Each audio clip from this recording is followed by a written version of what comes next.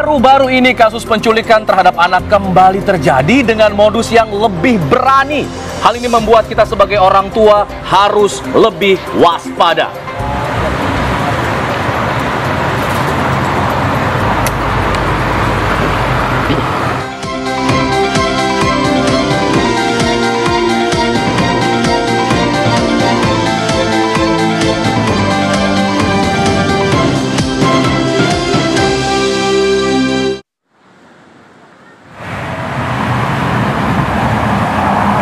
Pemirsa, seorang pelajar terjebak banjir bandang di tengah sungai di Cianjur, Jawa Barat saat tengah berenang. Iya, korban ini terjebak di batu besar di tengah sungai, tepatnya di Sungai Cikundul di Kecamatan Cikalongkulon. Kejadian ini berawal ketika korban pada saat itu bersama dengan 6 orang temannya lagi berenang. Tiba-tiba banjir bandang menerjang. Keenam teman korban ini berhasil menyelamatkan diri, tapi ada 1 orang korban ini tertinggal dan bahkan sempat terseret arus deras sungai. Petugas bahkan harus menggunakan tali untuk menerjang banjir ini untuk bisa menyelamatkan korban. Alhamdulillah korban akhirnya bisa diselamatkan petugas, tapi kondisinya trauma.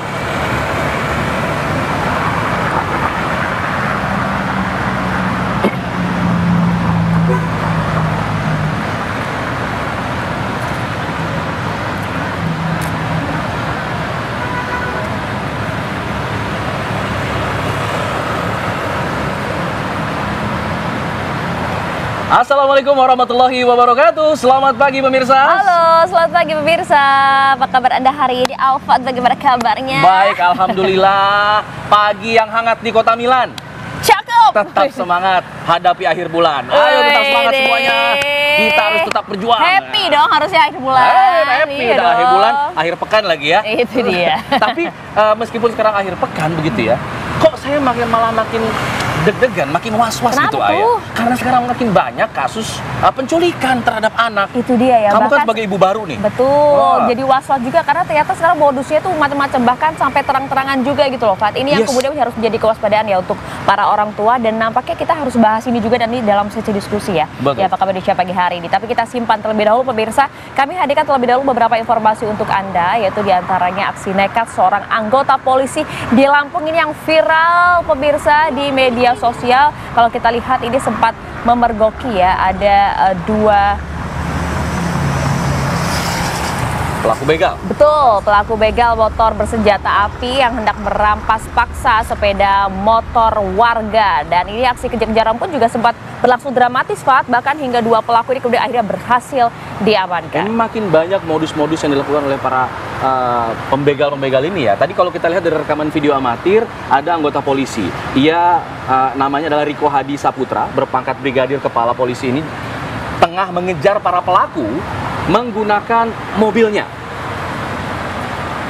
Nah, peristiwa pengejaran ini terjadi terhadap komplotan pencuri sepeda motor. Ini terjadinya di kawasan Jalan Kampung Gotong Royong, tepatnya di Kabupaten Pesawaran pada Kamis siang.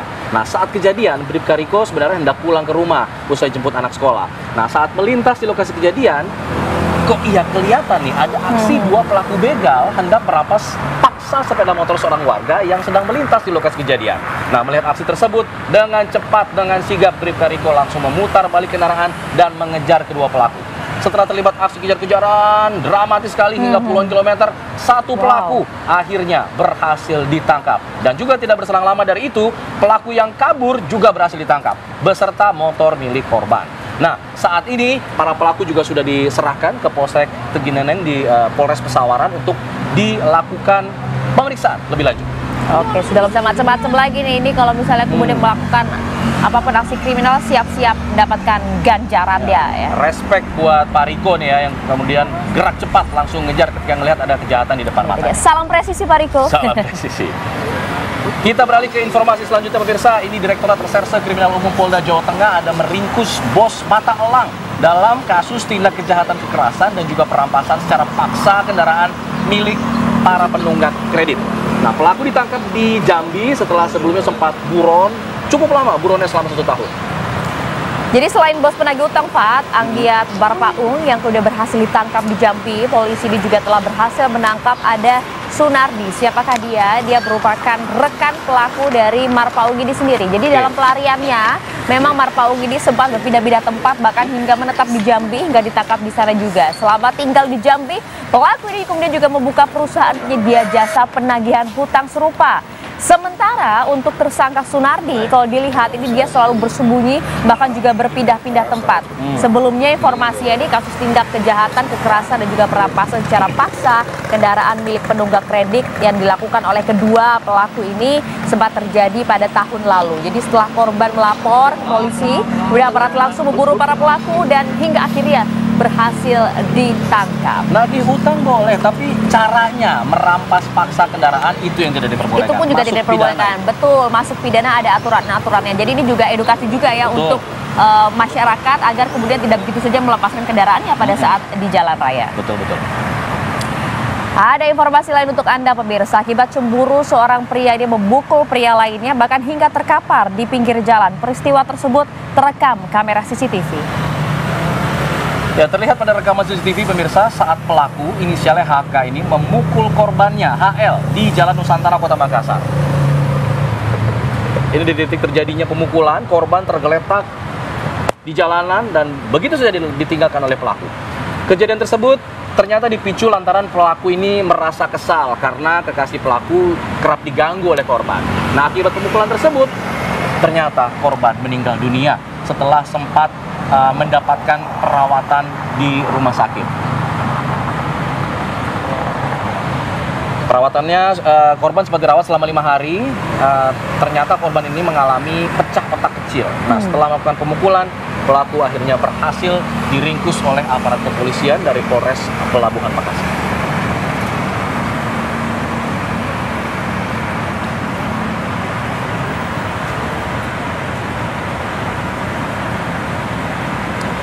Ada informasi lain pemirsa dari Polda Jawa Timur yang masih terus melakukan pemeriksaan terhadap temuan ada 21 potongan kerangka manusia di kawasan rumah pompa Wonerjo di Rungkut, Surabaya, Jawa Timur. Berdasarkan dari hasil identifikasi polisi, diduga potongan kerangka manusia ini berasal lebih dari 2 orang. Ya, kalau kita lihat ini juga disampaikan langsung oleh Kabidokes Polda Jawa Timur pemirsa, Kombes Pol Muhammad Kusnan yang menyampaikan di lokasi berdasarkan hasil identifikasi sementara total ditemukan ada 21 potongan tulang manusia. Dari hasil pemeriksaan, kerangka yang ditemukan diduga berasal lebih dari 2 orang. Sementara mengenai identitas dan juga jenis kelamin masih belum dapat diketahui karena memang saat ini kan ditemukan kondisi tulang tersebut sudah sangat rapuh, diprediksi juga sudah cukup lama, di mana Kabidokes menyebut bahwa usia kerangka tersebut bahkan sudah cukup lama melihat dari kondisi tulang tadi ya. Polisi menduga bahwa di kawasan tersebut merupakan bekas makam Alfa dan juga pemirsa, sehingga demikian masih butuh waktu pendalaman lebih lama sih ya. Jadi sejumlah kerangka manusia ditemukan di rumah pompa Rungkut Megah Raya Surabaya. Kerangka ditemukan oleh petugas penjaga rumah pompa saat membersihkan saluran air.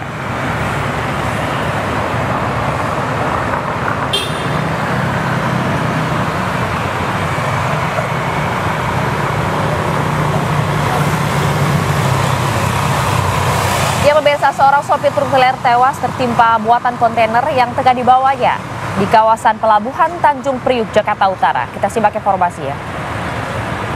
Iya, kalau kita lihat dari video amatir, nampak juga ada muatan kontainer yang terguling. Dan muatan kontainer ini menimpa bagian kepala truk atau ruang kemudi dari trailer hingga akhirnya rusak parah. Akibatnya, sopir truk trailer bernama Ahmad Saifuddin ini tewas terjepit di ruang kemudi.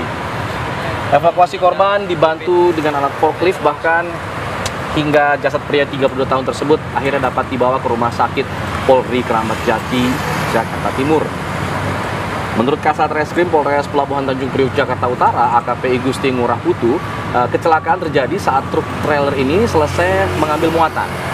Saat itu ia hendak putar balik di kawasan Pelabuhan Tanjung Priuk, Jakarta Utara. Tapi karena jalannya sempit, ini membuat muatan kontainer yang dibawa korban tersenggol hingga akhirnya terguling sampai menimpa bagian kepala truk.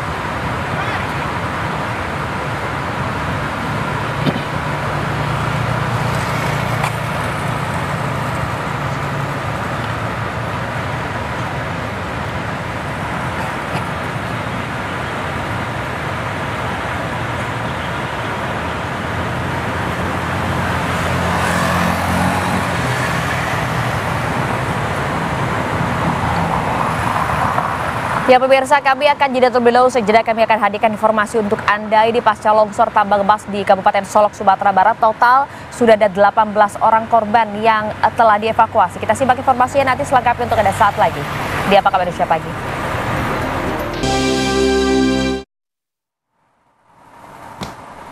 Anda kembali di Apa Kabar Indonesia Pagi, pemirsa. Pasca longsor tambang emas di Kabupaten Solok, Sumatera Barat, ada total sebanyak 18 orang korban yang akhirnya sudah berhasil dievakuasi oleh tim SAR. Sementara ada 3 orang korban luka berat yang dibawa ke Puskesmas Talang Babungo dan kemudian dirujuk ke Rumah Sakit Orosuka. Jadi total ada 9 orang korban luka dan yang berhasil dievakuasi ke Puskesmas Talang Babungo. Selanjutnya korban dirujuk ke Rumah Sakit Orosuka Solok karena kondisinya memang cukup parah, menderita patah tulang. Sementara itu pemirsa, korban yang sudah berhasil dievakuasi tim SAR, tadi seperti yang Afal sampaikan total ada 18 orang, di mana 9 orang dinyatakan meninggal, 6 luka berat dan 3 luka ringan. Ada 4 orang korban lainnya yang memang hingga saat ini masih belum bisa dievakuasi ke posko utama karena akses ke lokasi yang memang begitu sulit.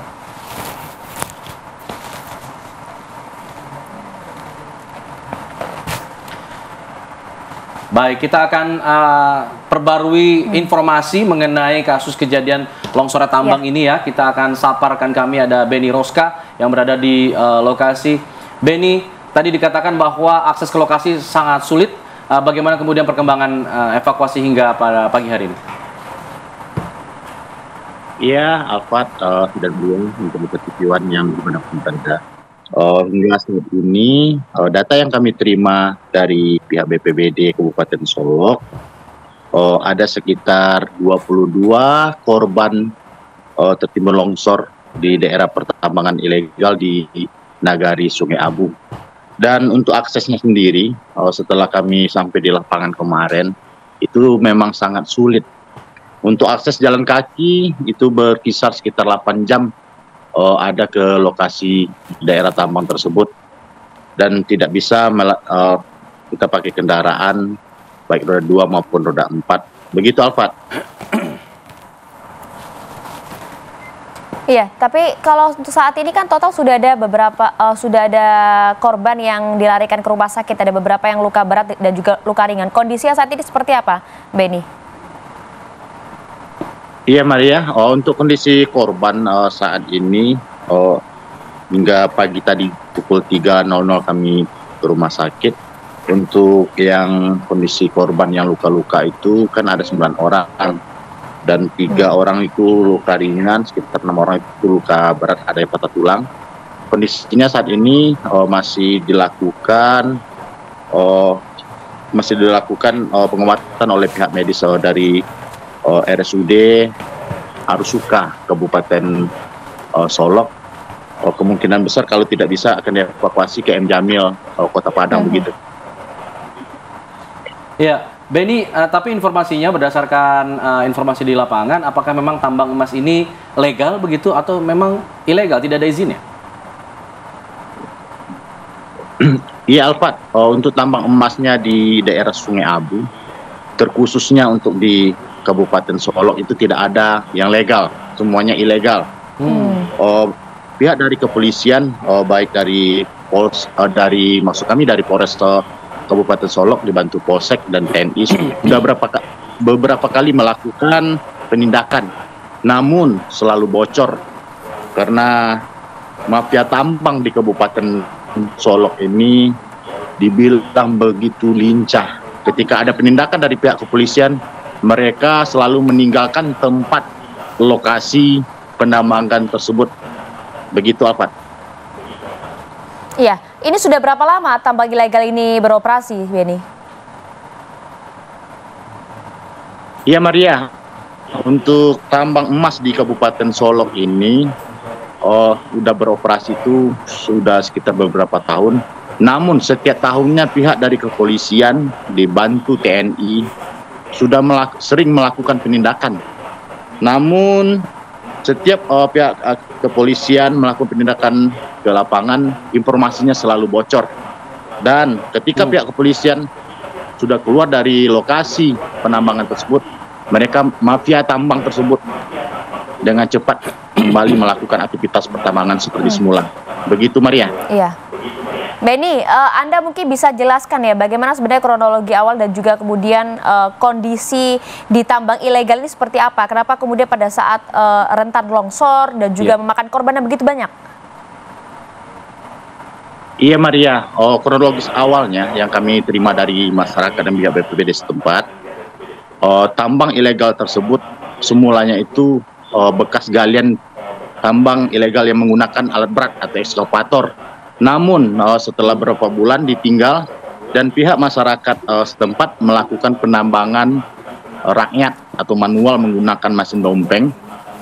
Nah, karena wilayahnya di daerah Sungai Abu tersebut sangat rawan dan daerah tersebut di samping perbukitan, tanah dan tebingnya itu banyak batunya, batu sehingga terjadilah longsor besar-besaran dan mengakibatkan tertimbunnya sebanyak 22 korban tersebut. Begitu Maria.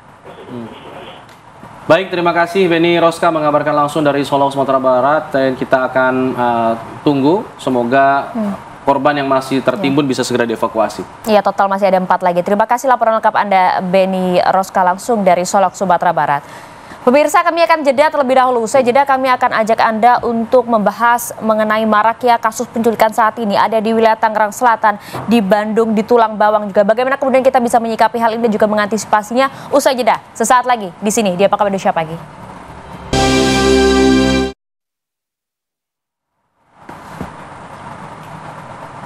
Ya pemirsa, kami hadirkan informasi untuk Anda. Sementara itu delegasi Indonesia dan juga banyak negara lain melakukan aksi walkout atau meninggalkan sidang Majelis Umum PBB.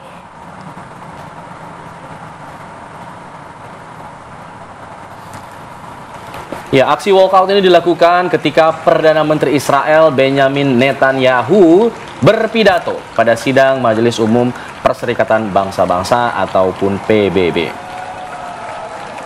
Indonesia dan juga banyak negara langsung walk out dari ruang sidang Majelis Umum. Alhasil ketika Netanyahu berpidato, kursi delegasi Indonesia kosong. Genosida yang dilakukan Israel terhadap Gaza Palestina ini memang telah banyak menuai protes dari sejumlah negara selama berlangsungnya rangkaian pertemuan tingkat tinggi di PBB.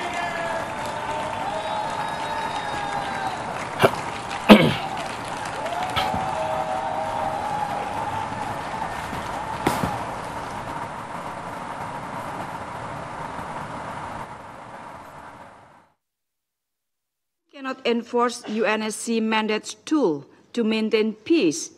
What remains of Council leadership for peace? Therefore, restoring credibility and trust to the Council is our priority. Council reform is paramount to ensure leadership for peace. I would like to underline 2 key points. First, strive for a more democratic leadership for peace. There is no greater urgency now than to establish immediate peace in Gaza. We must not let conflict escalation in the region, such as what is happening in Lebanon, reach a point of no return. Cold War mindset must be avoided as realities have changed. Indonesia calls for a more democratic mechanism for effective decision-making to avoid inaction in the face of grave threat to international peace and security. Second, ensure inclusivity and synergy on decision-making for peace. This Council must allow for more voices and wider action to be accommodated for peace. Strengthened and inclusive cooperation must be forged between the Council, UN bodies, and regional organizations. Pemirsa, Wakil Menteri Pertanian ataupun Wamentan Sudaryono ini menghadiri peresmian pengembangan ekosistem biomasa berbasis ekonomi kerakyatan dan juga pertanian terpadu di Desa Bojongkapol, Bojonggambir, Tasikmalaya, Jawa Barat pada Kamis kemarin. Menurut Wamentang Sudaryono, upaya ini memang merupakan kolaborasi ya antar PLN dengan Kementerian Pertanian yang rencananya akan dikembangkan ke daerah-daerah lainnya. Jadi selanjutnya nanti Wamentang juga menjelaskan bahwa Kementan dan PLN ini memang hingga saat ini sudah mengedukasi, bahkan tengah mengedukasi petani Indonesia untuk mendayagunakan lahan. Sementara untuk lahan-lahan yang masuk dalam kategori kritis yang biasa berada di lahan tandus, Wamentang menyarankan berkolaborasi dengan PLN untuk ditanami indigo dan juga kaliandra.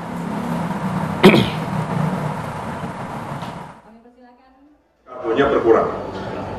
Atas nama sustainable energy itu bagus, tapi Pak, saya sangat menghargai karena dengan begitu diwajibkan atau diharapkan sumber dari biomasa itu berasal dari tanah marginal. Tanah marginal itu artinya udah deh, ditanamin padi nggak bisa, tanamin jagung nggak bisa, tandus susah, dan tempatnya tuh jauh dari mana-mana, itu namanya tanah marginal. Atau orang bilang biasanya, Pak Kajari, tempat jin buang anak gitu katanya. Tapi dengan program Bapak, dengan programnya PLN, itu karena harus memakai tanah marginal, maka mau tidak mau, suka tidak suka, lokasinya ada di pelosok-pelosok. Terkait urusan renewable energi, energi terbarukan dan seterusnya, tapi ini mengandung nilai ekonomi, nilai ekonomis. Di situ ada bisnis, di situ ada perputaran uang, di situ ada yang tadinya tidak punya penghasilan, tiba-tiba punya penghasilan. Ya, ini artinya apa? Artinya manfaatnya besar sekali, ya, besar sekali bagi rakyat sekitar. Maka yang paling penting adalah pendampingan, Pak. Ya pemirsa, Majelis Hakim Sidang Peninjauan Kembali 6 terpidana kasus kematian Vina dan Eki ini mengabulkan permohonan pemeriksaan setempat atau peninjauan lokasi tempat kejadian perkara pada sidang hari Rabu 25 September lalu. Ya, pemeriksaan setempat ini ataupun peninjauan lokasi tempat kejadian perkara kasus kematian Vina dan juga Eki oleh Majelis Hakim dilakukan siang kemarin usai digelarnya sidang peninjauan kembali 6 terpidana di Pengadilan Negeri Kota Cirebon. Pemeriksaan setempat diperlukan untuk mendapatkan gambaran utuh mengenai tempat kejadian perkara. Pemeriksaan setempat akan dimulai dari SMP 11 Cirebon, lalu kemudian ke warung Ibu Nining yang kerap disebut dalam sidang, rumah Pak RT Pasren, dan juga lahan kosong di belakang showroom yang menjadi tempat penganiayaan korban Vina dan juga Eki, serta lokasi jembatan layang flyover Talun, tempat dua jenazah Vina dan Eki ditemukan.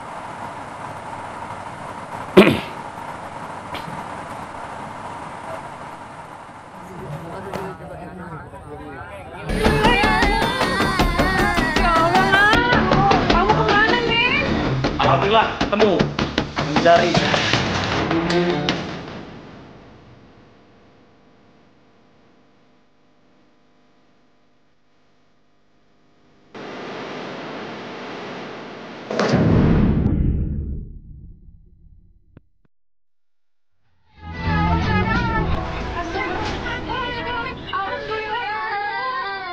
Waspadalah penculikan kian merajalela. Baru-baru ini kasus penculikan terhadap anak kembali terjadi dengan modus yang lebih berani. Kali ini menimpa seorang anak 9 tahun di Jalan Sukamulya, Kecamatan Ciputat, Tangerang Selatan. Pelaku mendekati korban dan mengatakan jika orang tua korban mengalami kecelakaan dan masuk ke rumah sakit. Mendengar itu, korban menuruti kemauan pelaku yang berdalih akan membawa korban ke rumah sakit. Korban ditemukan di hari yang sama, tak jauh dari lokasi penculikan setelah diturunkan oleh pelaku dalam keadaan menangis.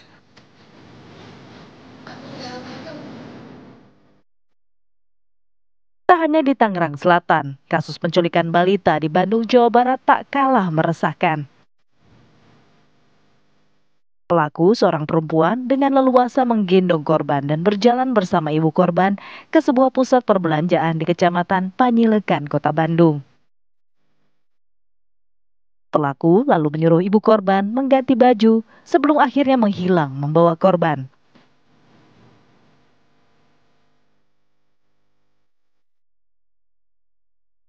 Berbekal rekaman CCTV, polisi berhasil menangkap SH di rumah kontrakannya yang mengaku akan menjual korban seharga 13 juta rupiah ke seseorang yang dikenal melalui media sosial. Sementara itu, seorang remaja putri warga Lampung yang dilaporkan hilang sejak 18 September lalu berhasil ditemukan petugas kepolisian Polres Tulang Bawang Barat Lampung. Korban dan pelaku berkenalan di media sosial sebelum akhirnya bertemu dan disekap. Selama 3 hari diculik, korban disiksa di sebuah kamar kos, tak diberi makan, dicekoki miras, dan diperkosa. Banyaknya kasus penculikan seolah tanda bangsa ini darurat keamanan. Akankah aparat kepolisian tinggal diam? Tim TV One mengabarkan.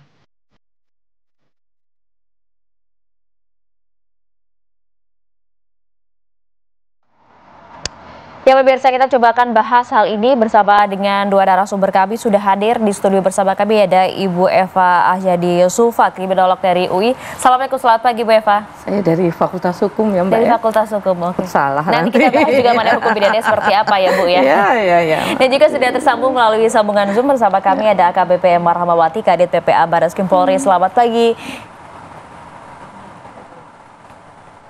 Selamat pagi Mbak. Ya. Selamat pagi Bu Ya, Bu Eva Emma. semuanya. Selamat pagi Bu Emma. Bu Emma, saya ingin tahu dulu, kalau kita lihat kan memang beberapa waktu terakhir ini sering sekali gitu kita melihat kasus penculikan marak terjadi di sejumlah daerah, bahkan secara beruntun terjadi di sejumlah daerah. Bahkan juga kalau kita lihat dari segi motifnya, bahkan juga aksi penculikannya secara terang-terangan. Apakah kemudian ini juga secara data di lapangan menunjukkan hal serupa, memang semakin marak saja angkanya meningkat Bu Emma? Iya, baik, terima kasih Mbak.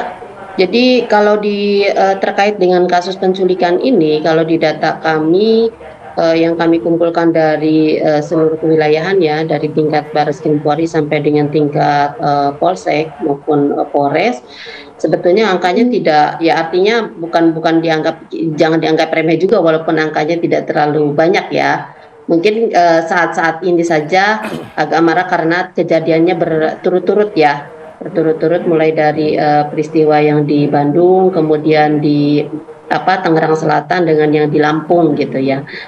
Untuk angkanya sih di bawah 100 ya Mbak, nggak nyampe, bahkan tidak nyampe sampai 80 kasus gitu ya per tahun gitu, seperti itu.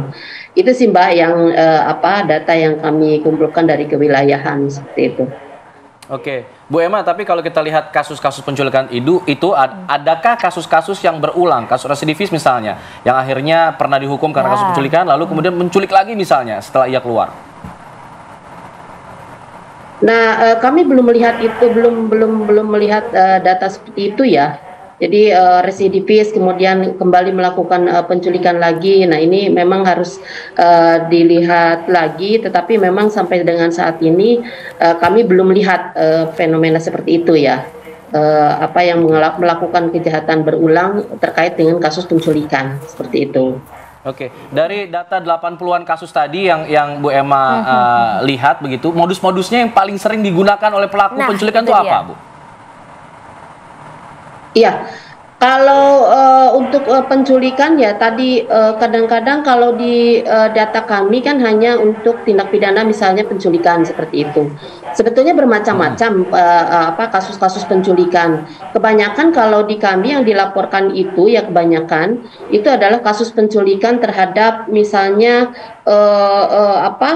kasus penculikan yang itu adalah perebutan hak asuh, itu yang terbanyak gitu. Jadi salah satu orang tua menculik anaknya yang dalam penguasaan salah satu orang tuanya seperti itu. Tapi memang ada beberapa kasus penculikan yang murni itu adalah penculikan gitu, seperti itu. Nah itu walaupun angkanya kecil ya tetap saja kita harus waspadai, apalagi akhir-akhir ini kasusnya berturut-turut seperti tadi yang disampaikan ya. Tetapi mungkin perlu kami luruskan kalau untuk yang di Lampung memang itu adalah setelah kami lakukan penelusuran dan penyelidikan bahwa itu si anak ini meninggalkan rumah memang, tetapi kemudian bertemu dengan teman-temannya yang kemudian berujung kepada kekerasan seksual. Itu sih yang terjadi, fakta di lapangan yang terjadi seperti itu. Ya, itu fakta di lapangan seperti itu. Jadi Bu Eva, seperti apa sih kalau misalnya kita melihat gitu ya, kok nampaknya para pelaku ini semakin kesini kok semakin terang-terangan, gak ada takut-takutnya gitu Bu? Sebetulnya ada fenomena yang menarik ya Mbak Maria ya, dari beberapa kasus yang kalau kita cermati di berita media. Satu, kalau kita lihat usia anak-anak ini kan 9 tahun paling, kalau kita lihat dengar ya kasus yang terakhir ke bawah gitu korban, ya sampai kemudian balita. Nah kalau kita lihat dari usia anak-anak ini kan, ini anak-anak yang boleh dikatakan lahir pada masa COVID ya. Kemudian kita agak terlalu lama untuk berada dalam situasi WFH ya, jadi kita belajar di rumah, kemudian berinteraksi hanya dengan keluarga. Nah di sini ada dua hal yang saya kira kita harus barangkali harus duga-duga juga ya, ada karena faktanya. Karena satu, skill ya, skill untuk kemudian social skillnya jadi bisa jadi turun, tingkat kewaspadaannya tidak ada.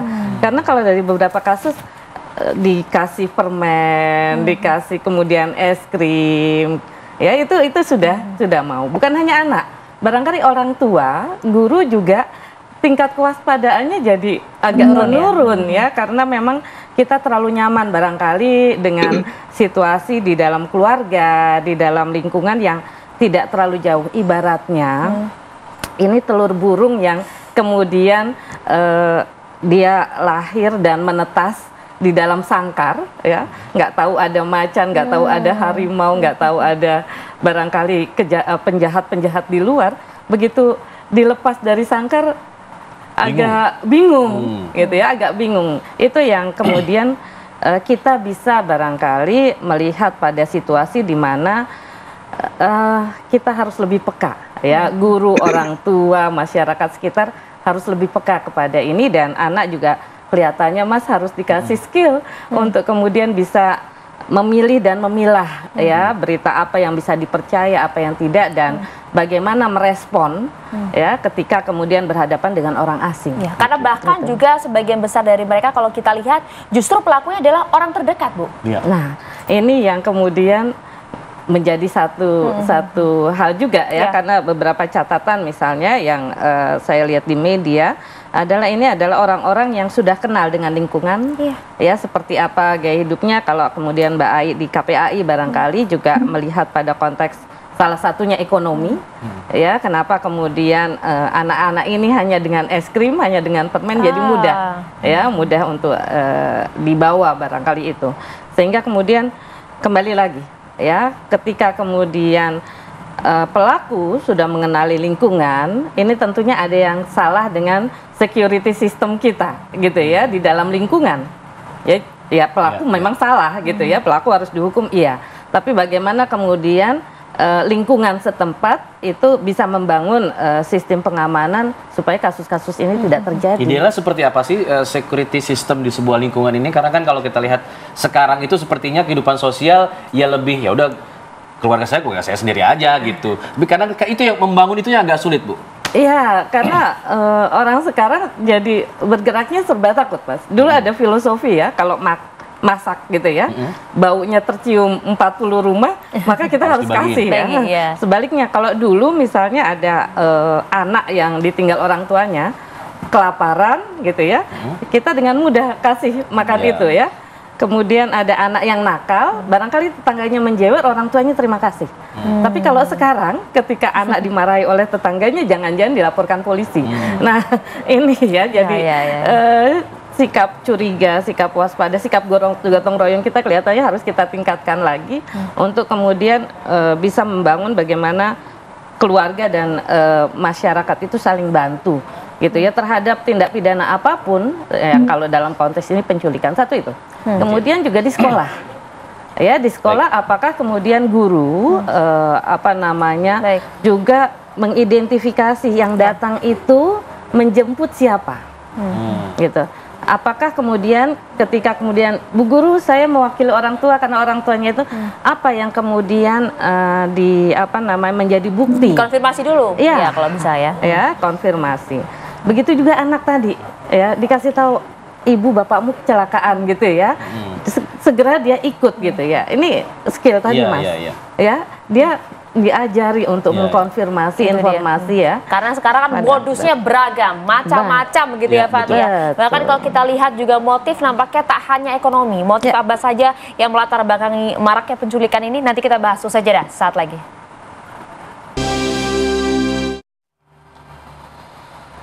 Ya, karena memang semakin miris kita akan lanjutkan dialog, tapi sebelum itu kita juga akan melihat bagaimana tanggapan warga nih mengenai maraknya kasus penculikan anak yang kerap terjadi di beberapa daerah, bahkan terjadi secara simultan begitu. Ada rekan kami Iman Fajar untuk mewawancari warga, kita akan minta pendapatnya soal kasus-kasus penculikan anak yang marak terjadi. Iman, silakan.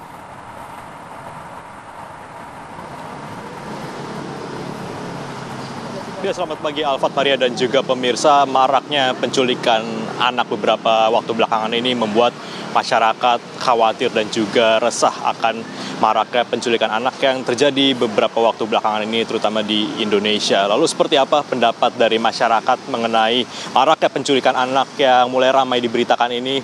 Langsung saja kita tanyakan kepada beberapa ibu-ibu yang ada di kawasan velodrome ini. Dengan Ibu siapa? Saya dengan Ibu Andri. Saya Ibu Endang. Oke, Ibu Andri dan Ibu Endang, kita mau tanya Bu mengenai maraknya nih penculikan anak yang terjadi beberapa waktu belakangan ini. Pendapat dari Ibu sendiri gimana Bu?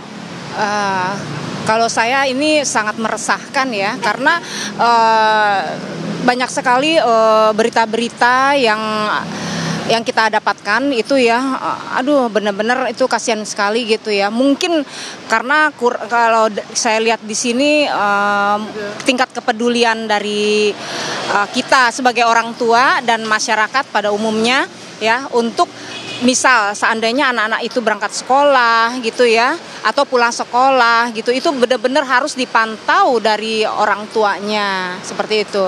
Apakah mereka sudah sampai di sekolah atau belum, dan bisa berkoordinasi dengan guru-guru mereka. Kalau dari Ibu Endang sendiri gimana Bu melihat peristiwa penculikan yang mulai marak belakangan ini, tanggapannya seperti apa Bu? Ya, sangat memprihatinkan sekali, dan kita sebagai orang tua dan masyarakat memang harus peduli, dan kita tidak selalu percaya setiap orang, apalagi cucu kita pulang sekolah atau lagi bermain di rumah. Jadi kita harus membentengin anak-anak, membekalin anak-anak, tidak harus selalu percaya dengan ajakan yang memberi iming-imingan. Anak-anak itu harus diajarin selektif, harus diajarin hati-hati, waspada. Tidak semua orang itu baik. Baik itu kalau kita memang tahu betul si A siapa, si B siapa. Udah gitu, mungkin barangkali ini pembelajaran ya buat saya, untuk anak-anak cucu saya, untuk membentengin mereka supaya tidak selalu bahwa orang baik itu pasti baik, belum tentu. Begitu, jadi untuk membentengin dari penculikan. Gitu. Berarti kalau dari Bu Endang sendiri adalah edukasi terhadap anak-anak ini menjadi salah satu langkah antisipasi agar kemudian keluarga terdekat tidak menjadi korban. Nah, kalau dari Ibu Andri sendiri gimana Bu? Apa ada langkah antisipasi tersendiri untuk menjaga keluarga terdekatnya Bu dari peristiwa yang tidak diinginkan ini Bu? Ya, seperti yang tadi saya sampaikan ya, jadi kita kalau untuk anak-anak sendiri kita memang harus peduli, artinya dia pergi ke sekolah, pulang sekolah itu kita pantau, seperti itu. Ya, kita lihat dari diri kita dulu sendiri sebelum mungkin orang lain, mungkin gitu ya. Tapi kita juga peduli, misalnya kalau ada di jalan, ada kejadian seperti itu, masyarakat jangan tinggal diam saja gitu. Jadi memang harus ada ininya ya, tingkat kepedulian lah gitu. Ini ada apa dengan kejadian seperti ini gitu. Ibu Andri, Ibu Endang, terima kasih banyak atas waktunya. Selamat beraktivitas kembali ya Bu ya. Oke. Itu dia pemirsa pendapat ataupun juga komentar warga mengenai maraknya penculikan yang terjadi beberapa waktu belakangan ini, dan memang ada sejumlah langkah antisipasi untuk kemudian mengajarkan anak-anak untuk tidak mudah percaya dengan orang yang lebih yang baru dikenal. Ini menjadi salah satu poin yang kami dapat dari wawancara bersama warga ini. Seperti itu Alfat, Maria, dan juga pemirsa, kita kembali ke studio. Ya, terima kasih laporan kepada Iman Fajar tadi sudah mewawancari sejumlah masyarakat yang memang nampaknya cukup resah juga sebenarnya dengan maraknya kasus penculikan anak ini ya, Alfat ya. Saya mau ke Bu Emma terlebih dahulu. Bu Emma, memang sebagian besar dari mereka ini motifnya apa sih? Tentu tidak hanya ke faktor ekonomi ya Bu Emma ya. Iya, dari beberapa kasus yang saya pantau yang kemarin itu memang tidak hanya ekonomi, tetapi kemudian ada tujuan-tujuan tertentu, misalnya tadi berakhir kepada kekerasan seksual gitu. Nah ini juga sangat mengkhawatirkan. Kita tahu bersama bahwa kasus kekerasan seksual ini juga dari waktu ke waktu semakin meningkat ya. Jadi memang di samping motif ekonomi ada motif lain tadi karena kemudian yang berujur kepada kekerasan seksual, kemudian juga ada motif di beberapa daerah tertentu itu biasanya juga ada yang karena misalnya adat ya, kawin lari, kawin tangkap gitu, diculik dulu tetapi kemudian itu dilaporkan penculikan terlebih dahulu, tetapi ya itu kemudian akhirnya juga kita proses waktu, walaupun itu adalah itu adalah adat ya, tapi itu tetap masuk ke dalam kasus penculikan seperti itu. Nah ini juga tadi betul apa yang sudah disampaikan oleh Bu Eva, oleh Ibu, oleh masyarakat bahwa memang kita harus meningkatkan kewaspadaan seperti itu. Oke, Bu Emma, kalau melihat kasus-kasus yang sudah ditangani begitu, ini ancaman hukuman kepada para pelaku ini sebenarnya berapa lama rentang waktu pidananya? Ya, kalau pemidanaan ini sampai dengan 15 tahun ya. Kemudian tadi ada yang 10 sampai 15 tahun, kemudian ada yang tadi misalnya untuk berakhir ke kekerasan seksual itu juga bisa dilapis dengan pasal persetubuhan terhadap anak, kekerasan seksual.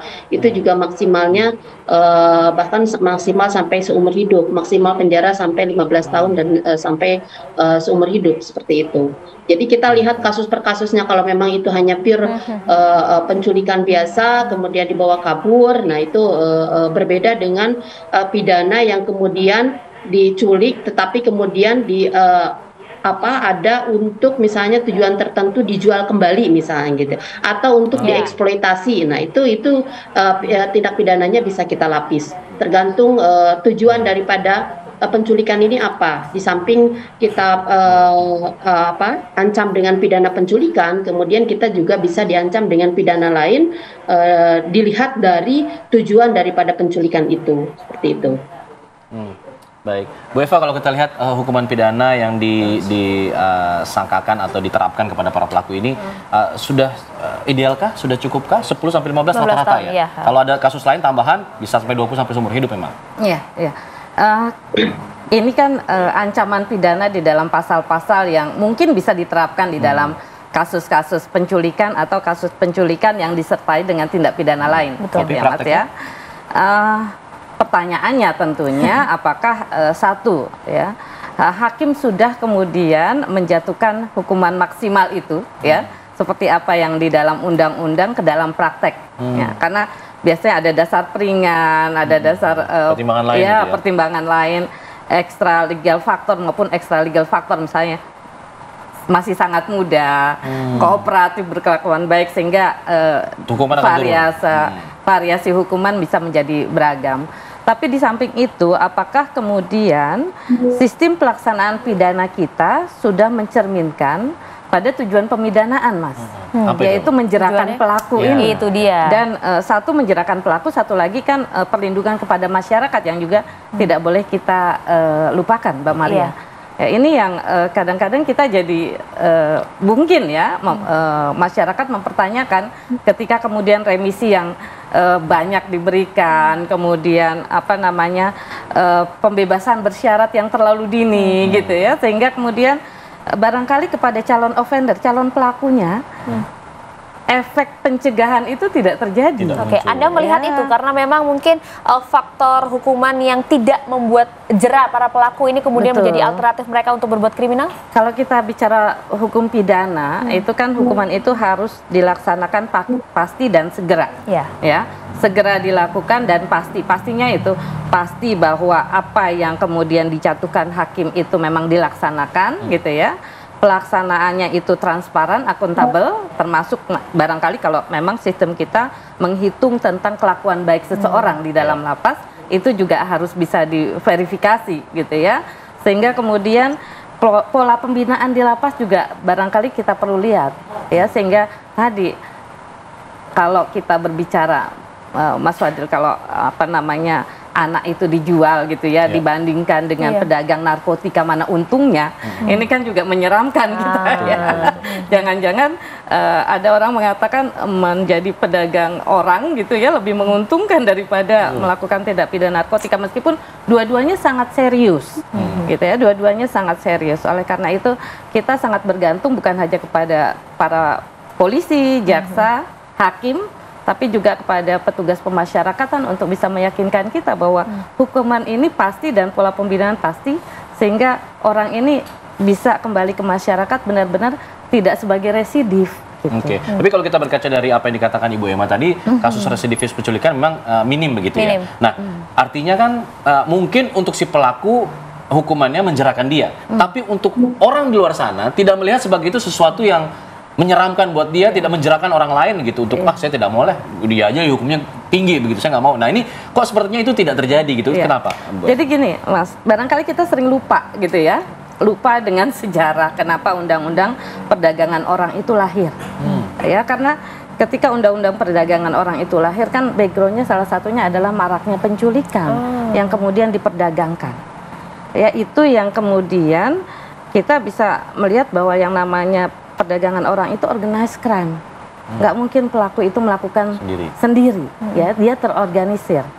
Nah kalau angka sekarang saya dengar gitu ya, saya amati dari media, dari Kementerian PPA mengatakan angkanya masih di bawah 100, tapi itu tidak kemudian membuat kita harus lepas dari waspada kan? Apa jangan-jangan ini puncak gunung es, ternyata di bawahnya lebih banyak? Bisa jadi gitu ya, karena kalau kita bicara statistik, barangkali bukan pasal 76F Undang-Undang Perlindungan Anak yang didata gitu ya, barangkali juga masuknya ke pasal-pasal tentang kekerasan seksual, masuknya pasal-pasal tentang perdagangan orang, ya sehingga ya data statistik tidak akan memberikan gambaran tentang bagaimana situasi di lapangan, tapi barangkali bisa memberikan kita satu kewaspadaan terhadap hal ini. Betul. Berbicara mengenai kewaspadaan, Bu Emma, apa yang kemudian bisa diwaspadai dan juga mungkin diantisipasi dilakukan oleh para orang tua di luar sana agar hal-hal seperti ini sekali lagi bisa kita hindari, Bu Emma?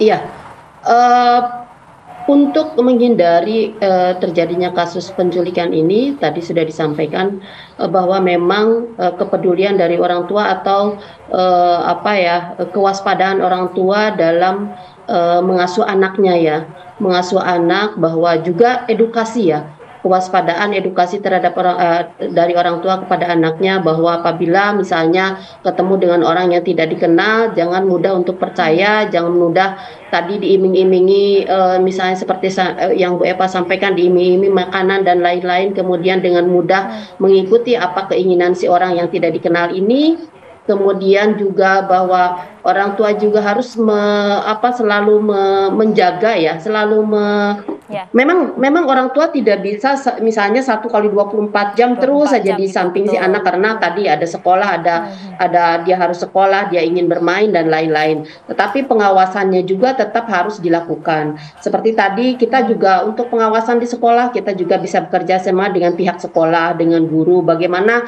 misalnya teknik atau bagaimana kalau misalnya anak-anak ini pada saat pulang, nah itu bisa juga pihak sekolah ini berpartisipasi untuk mengawasi pada saat anak pulang ini kan ada guru kelas masing-masing kelas ya, walaupun muridnya banyak misalnya, ya tidak ada salahnya mungkin mulai dari sekarang pihak sekolah juga memantau bagaimana anak muridnya ini pulang, siapa yang menjemput, dan kan biasanya di dalam grup sekolah itu ada komite ya, ada grup orang tua misalnya gitu. Nah, seperti yang dilakukan di beberapa sekolah itu, kalau anaknya tidak jemput, Bun, ini anaknya belum dijemput. Nah, itu ada komunikasi antara guru dengan orang tua. Berarti guru ini juga memantau bagaimana mengawasi pada saat anak-anak ini pulang, siapa yang menjemput dan lain-lain. Seperti tadi yang sudah disampaikan Bu Eva, yaitu kepedulian kita semua pihak, kepedulian masyarakat juga kalau memang mengetahui dan melihat bahwa si anak ini kok tetangganya misalnya, si anak ini kok itu komunikasi atau berbicara dengan orang asing ya. Nah itu awareness kepedulian dari masyarakat juga itu sangat penting ya di dalam mencegah kasus penculikan atau mencegah kasus tindak pidana apapun gitu. Kepedulian ini mari kita mulai bangun kepada masyarakat bahwa di lingkungan, terutama di lingkungan terkecil kita dulu lah ya, misalnya satu RW, tetangga sebelah, kiri kanan dan lain-lain. Seperti itu sih. Mungkin kepedulian pengawasan orang tua, pengawasan pihak sekolah, pengawasan kita semua ya, termasuk keterlibatan misalnya anggota kepolisian. Di sini kami memiliki Babin Kamtibmas misalnya di masyarakat, memberikan edukasi kepada masyarakat secara terus-menerus untuk saling mengingatkan kembali kepada kita tentang kewaspadaan, tentang bagaimana pengawasan terhadap anak-anak kita bekerja sama dengan aparat pemerintah, RT, RW, pihak sekolah dan lain-lain. Iya. Baik, terima kasih Bu Eva. Bu Eva, ada yang ingin tambahkan singkat saja Bu? Baik, hari ini tepat 1 abad pendidikan tinggi hukum Indonesia. Jadi kita berharap hukum memang tetap menjadi panglima, bukan hanya melalui regulasi ya yang tidak dilaksanakan, tetapi bagaimana kemudian kita penegak hukum, masyarakat juga membantu bahwa hukum ini memang menjadi alat atau instrumen yang bisa kemudian menjaga tertib hukum dalam masyarakat dan barangkali juga menguatkan kepada konteks penjagaan generasi muda. Ya, sepakat. Itu harapan kita semua. Terima kasih banyak Bu Eva atas waktunya hari ini. Terima kasih Bu Emma sudah bergabung di Apa Kabar Indonesia Pagi. Salam sehat untuk Anda. Terima kasih. Baik, kita akan jeda dulu bersama, kita akan kembali dengan sejumlah informasi lainnya tetap di sini di Apa Kabar Indonesia Pagi. Terima kasih.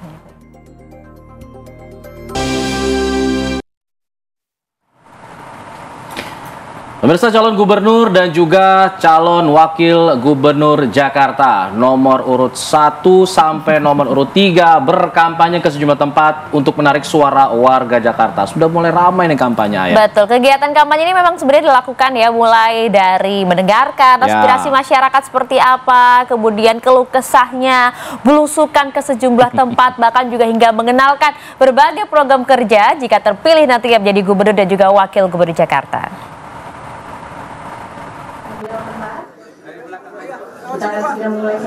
Calon gubernur dan calon wakil gubernur nomor urut 1 Ridwan Kamil Suswono menghadiri forum purna pejabat Pemprov Jakarta di Hotel Ambara, Jakarta Selatan pada Kamis pagi. RK Suswono mengatakan mendapat banyak masukan terutama mengenai mewujudkan visi misi saat kampanye bila nantinya terpilih. Para pensiunan ASN di Jakarta mengaku belum diberdayakan secara optimal. Pasangan nomor urut 1 ini berjanji akan memberdayakan ASN yang masih ingin berkontribusi untuk Jakarta meski sudah pensiun. Sementara Suswono menegaskan dirinya dan Ridwan Kamil akan transparan dalam menentukan posisi jabatan di Pemprov Jakarta. Sementara itu, Jalan Gubernur Jakarta dari jalur independen Dharma Pongrekun mendatangi rumah Susun Pinus Elok, Jakarta Timur. Kedatangannya langsung disambut puluhan warga penghuni rusun, terutama kalangan ibu-ibu dan lansia. Selain menyapa warga rusun, Dharma juga mendengar dan mencatat aspirasi dari warga. Salah satunya aspirasi dari seorang lansia tentang penggunaan kartu lansia. Usai mendengarkan curhatan warga, Dharma Pongrekun berjanji akan memperbaiki manfaat kartu lansia yang akan digabungkan dalam satu kartu bernama Kartu Jakarta Aman. Calon Gubernur Jakarta nomor urut 3 Pramono Anung menemui warga Penjaringan, Jakarta Utara. Dalam kesempatan ini, Pramono berdialog dengan warga mengenai masalah banjir. Pramono menyampaikan sejumlah langkah penanggulangan banjir yang sudah dan akan diimplementasikan apabila terpilih menjadi gubernur. Pramono Anung menjelaskan bahwa penanganan banjir di Jakarta sudah semakin baik dengan kerjasama antara pemerintah pusat dan provinsi. Sementara itu, calon wakil gubernur Jakarta Rano Karno mengunjungi Kampung Pandawa, Kalideres, Jakarta Barat untuk mendengar keluhan masyarakat Kampung Pandawa. Tokoh masyarakat meminta agar Pramono Rano Karno dapat mengatasi banjir dan meminta agar distribusi air pump merata untuk masyarakat di wilayah Jakarta Barat.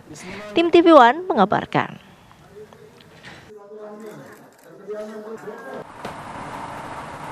Ya, kalau udah musim kampanye gini memang harus dimanfaatkan dengan baik kita sebagai warga. Kalau ada yang datang, keluh ke saya semua keluarin, ya biar didengarkan.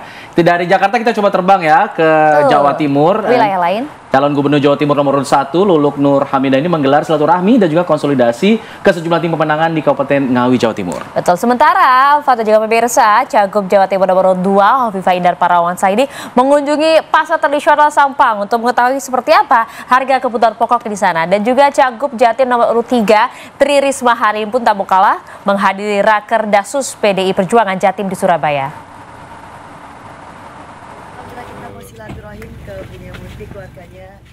Calon Gubernur Jawa Timur nomor urut 1, Luluk Nur Hamidah bersama rombongan berkunjung ke tokoh Muslimat NU Kabupaten Ngawi, Jawa Timur.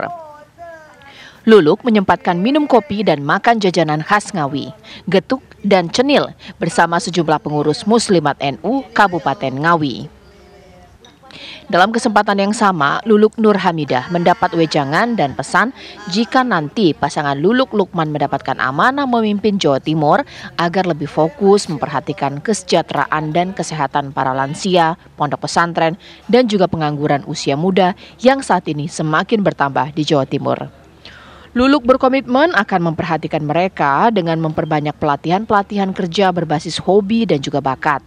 Usai berkunjung ke tokoh Muslimat NU Kabupaten Ngawi, Luluk juga akan melakukan konsolidasi dan menyamakan visi dan misi ke sejumlah tim pemenangan se-Kabupaten Ngawi.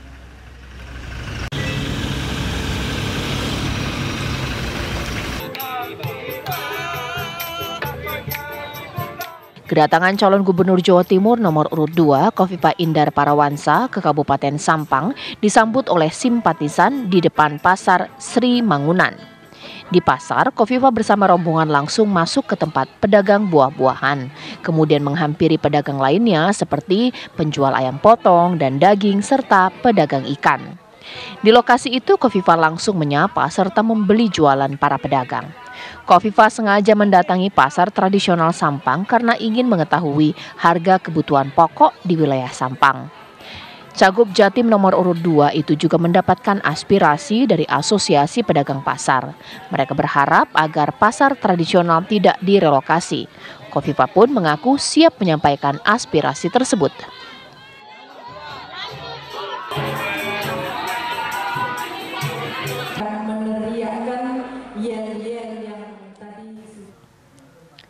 Sementara itu, calon Gubernur Jawa Timur nomor urut 3, Tri Risma hari ini menghadiri rapat kerja daerah khusus PDIP Jawa Timur di Surabaya pada Kamis sore.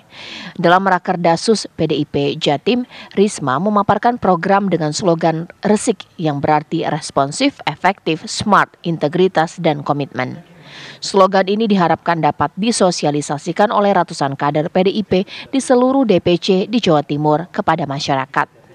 Sementara untuk kampanye Pilgub Jatim, pasangan Risma Gus Hans juga akan berkolaborasi dengan seluruh paslon kepala daerah yang diusung PDIP, termasuk Eri Cahyadi Armuji, paslon wali kota dan wakil wali kota Surabaya.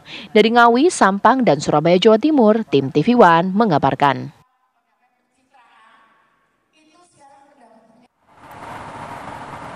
Oh, oke, kalau kampanye tuh namanya harus ngegas, Pak, harus kenceng gitu ya. Gaspol kayak yang lagi di Mandalika nih yang dia. sekarang sebentar akan gaspol di MotoGP Mandalika Pertamina Grand Prix. Nanti kita akan coba pantau bagaimana kondisi terbarunya persiapannya. Nanti ada rekan kita Zenidin Duhan dari sana. Usai jeda, tetap di sini di Apa Kabar Indonesia Pagi.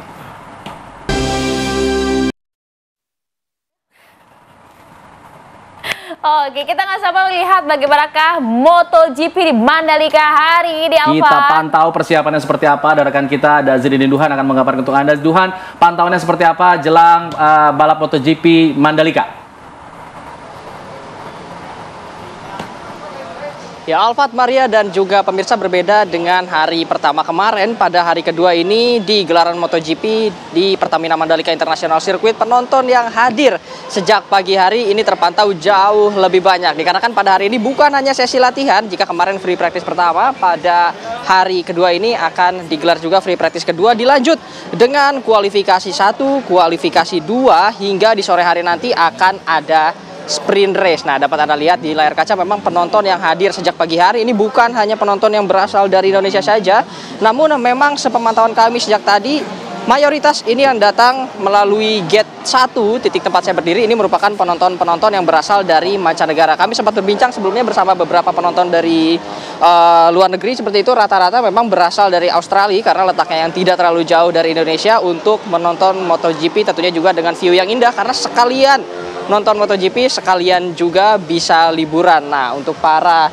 penonton yang akan masuk melalui gate 1 tentunya akan melakukan beberapa pemeriksaan, tidak boleh membawa makanan minuman kemasan dari luar dan juga pemeriksaan melalui metal detektor. Selain itu Alfat dan juga pemirsa, nantinya pada pukul 9.00 waktu Indonesia bagian Barat ini MotoGP akan langsung menggelar FP2 atau free practice kedua, dilanjut langsung secara berturut-turut dengan kualifikasi pertama, kualifikasi kedua. Untuk kualifikasi pertama, nantinya para pembalap yang urutan praktis di hari Jumat sore kemarin berada di urutan ke-11 hingga 22 ini harus memperebutkan 2 posisi teratas untuk lolos ke kualifikasi kedua. Sedangkan untuk 10 orang tercepat, 10 pembalap tercepat yang kemarin masuk dalam free practice di hari Jumat sore kemarin ini otomatis akan langsung masuk ke Q2 atau kualifikasi kedua untuk memperebutkan posisi start terdepan atau pole position. Dan dapat kita lihat juga dari peta persaingan MotoGP sendiri ini 4 pemuncak klasemen semuanya masuk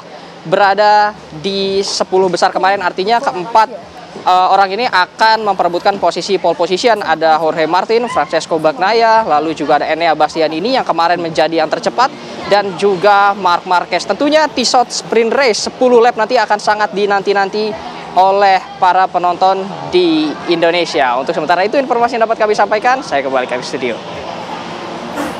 Waduh, bikin iri aja ya dia bisa nonton langsung MotoGP di sana. Aduh, burung cendrawasih hingga bidahan. Cakep. Terima kasih laporannya Duhan. Mantap. Oke, sampai jumpa lagi Duhan nanti di Jakarta ya. Ya, laporan dari Duhan tadi sekaligus menutup jumpa kita pemirsa di Apa Kabar Indonesia Pagi, dan kami pun harus undur diri. Saya Alfa Tauhid. Saya Maria Segaf, kita berdua pamit. Happy weekend.